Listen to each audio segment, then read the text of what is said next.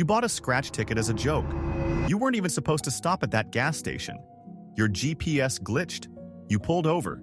You grabbed the cheapest ticket they had, the one that looked like it was designed by someone's uncle who just learned Photoshop. And you won. Not 20 bucks, not a free ticket. We're talking life-changing money, the kind that makes your hands go numb. And your first thought, your very first thought, wasn't gratitude. It was, who do I tell first? Not, thank you, universe. Not, oh my God, I'm free. Your brain immediately started doing social math, because humans are wired weird like that. You could be standing in a burning building and still be thinking about how to phrase the Instagram caption. Now, you're the luckiest person alive. And nobody's telling you what that actually costs. For real, bro, here, where we say what no one else will. And before you think this is just about lottery winners and scratch tickets, it's not. Not even close, because luck doesn't just show up once. Some people live their entire lives in a streak of it. And what happens to them? What actually happens inside a person when everything keeps going right? The answer is one of the strangest, most uncomfortable things I've ever looked into. And by the end of this, you're going to look at lucky people completely differently. Maybe even look at yourself differently. Stick with me. This one goes places. Part 1. The golden touch and why your brain immediately ruins it. You know that person. Every group has one. Nothing bad ever happens to them. They get the job, they get the apartment, they date up, they trip over a sidewalk crack and somehow land next to a $20 bill. You've watched them fail upward so many times that it stopped being impressive and started feeling personal. And the wild part? They don't even notice it. That's the first bizarre truth about extreme luck. The luckiest people are often the least aware of it. You'd think constant good outcomes would make someone go, hey, wait, something unusual is happening here? Nope. What actually happens is they start to believe their outcomes are normal, that their results make sense, that they earned this. There's a name for this. Psychologists call it attribution bias, where lucky people quietly swap out, I got fortunate for, I worked for this. And they don't do it on purpose. Their brain does it for them automatically, because the alternative is terrifying. Because if you got lucky, what happens when the luck runs out? Your brain refuses to sit with that, so it rewrites the story. Suddenly, the scratch ticket win becomes, I always had good instincts. The job you stumbled into becomes, I networked strategically. The relationship that fell into your lap becomes, I put myself out there. You didn't lie. Your brain lied for you while you were sleeping. And here's the kicker. Everyone around you sees exactly what happened. They watched you get lucky. But you? You genuinely believe you earned it. So now you're walking around with this unearned confidence that, objectively, looks completely insane from the outside. Like watching someone win a coin flip and start giving lectures on financial strategy. Now multiply that by years of consistent luck. Things are about to become much bigger than you expected. Part 2. Being lucky is actually an exhausting full-time job. Okay, so here's where everyone gets it wrong. They assume being the luckiest person alive feels like floating, like permanent vacation energy. Like every morning you wake up, stretch, and the universe just handles it. Nope, being deeply, consistently lucky is one of the most psychologically stressful experiences a human being can have. And not for the reasons you'd think. First, the pressure of repetition. Once you're known as the lucky one, people start expecting things to work out for you. Which sounds nice until you realize expectations are basically just debt. Every time something goes right, you owe more of the next outcome to the audience watching your life. Every win raises the bar, and now you're not allowed to fail. Not because you can't afford to fail, but because you've accidentally convinced everyone that failure isn't in your programming. You know that feeling when you've told someone you're good at something and now they want you to prove it? Imagine that, but for your entire existence. And then, the second thing nobody talks about. Luck makes you paranoid in a very specific way. Not paranoid like someone's watching me. Paranoid like, when does this end? Studies on lottery winners, and I mean the big ones, the life-altering amounts, show that within 2 years, a massive portion report feeling more anxious than they did before. Not less. More. Because now they have something to lose. Before the money, losing wasn't scary. Now it is. Luck doesn't make you feel safe. Luck makes you feel like you're standing on something you don't understand, waiting for it to shift. It's like getting upgraded to first class and spending the whole flight convinced they made a mistake and they're going to come back and move you. And here's the twist that hits different. The luckiest people develop a habit of self-sabotage. Not dramatic self-sabotage, quiet self-sabotage. They start unconsciously engineering situations where they have to rely on luck again because skill feels too slow, too boring, too uncertain. Why grind when you've been conditioned to believe doors just open for you? So they stop knocking, they wait. And luck being luck, it sometimes answers, which makes the habit worse.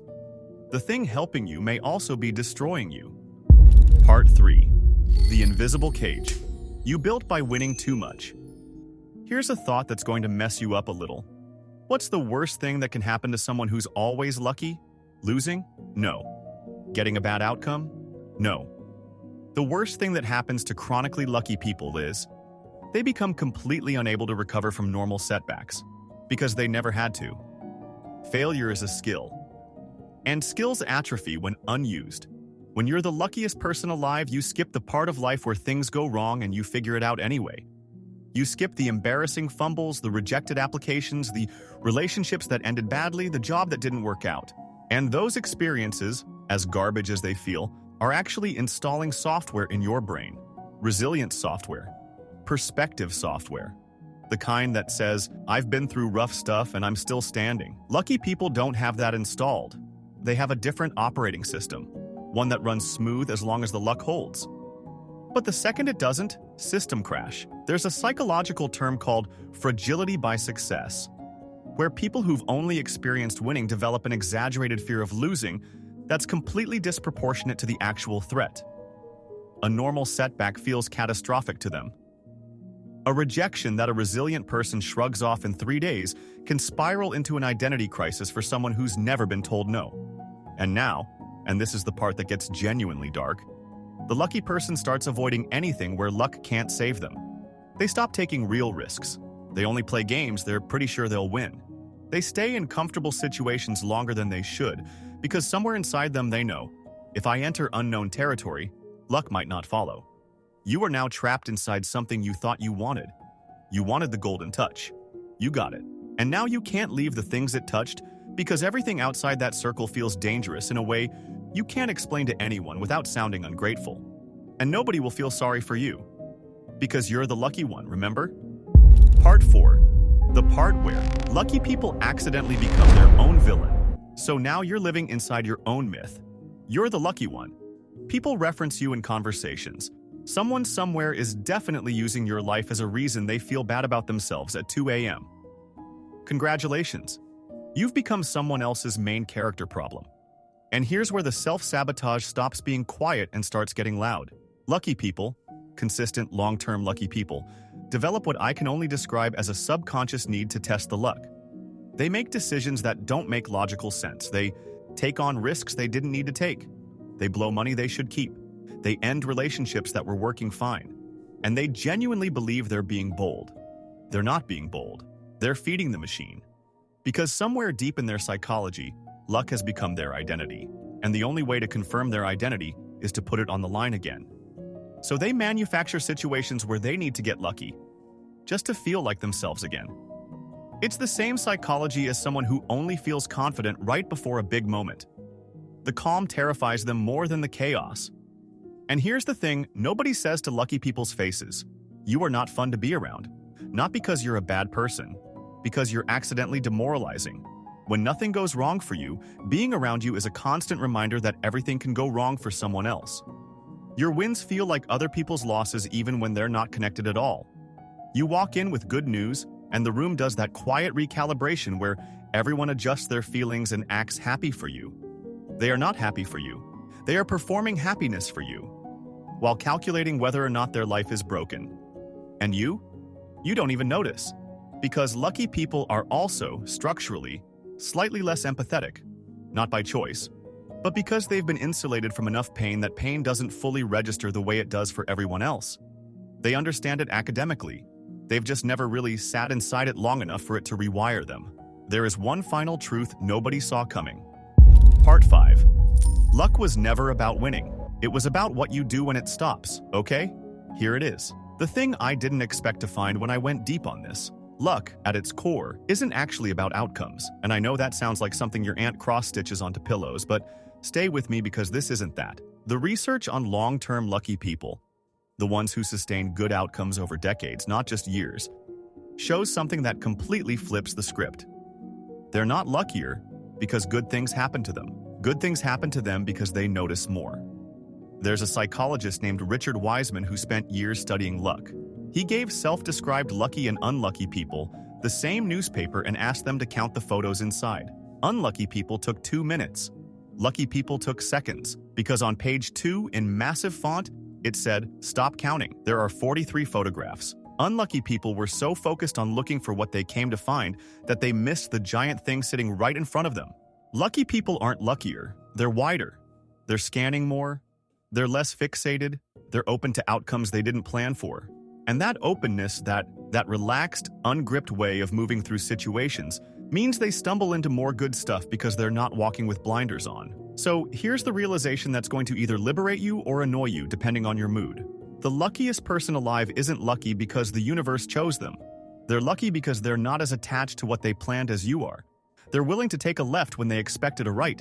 They hold their plans loosely. And that looseness looks, from the outside, like magic. You've been watching people and calling it luck. What you were actually watching was flexibility. And now, remember that person from the beginning? The one who got the job, the apartment, the parking spot, the scratch ticket? Here's what you didn't see. You saw the wins. You didn't see the 17 moments before each win where they shrugged at a loss and moved on so fast you didn't register it happened. They weren't winning more. They were recovering faster. And recovery, the kind that's so quick it's almost invisible, looks, from the outside, exactly like never losing at all. So, you're the luckiest person alive, or you're not. And both of those things are going to be fine either way, which is the most annoying sentence I've ever said. Drop in the comments. What's the luckiest thing that ever happened to you that you initially thought was a disaster? I'm not asking to be wholesome. I'm asking because the pattern is genuinely kind of wild and I want to see if it holds. And if you've made it this far without subscribing, first of all, that is statistically the unluckiest decision you've made today. Second of all, we cover stuff like this every week. Not motivation, not life hacks, just the actual, uncomfortable, occasionally hilarious truth about how humans work, which apparently you can handle. Lucky you.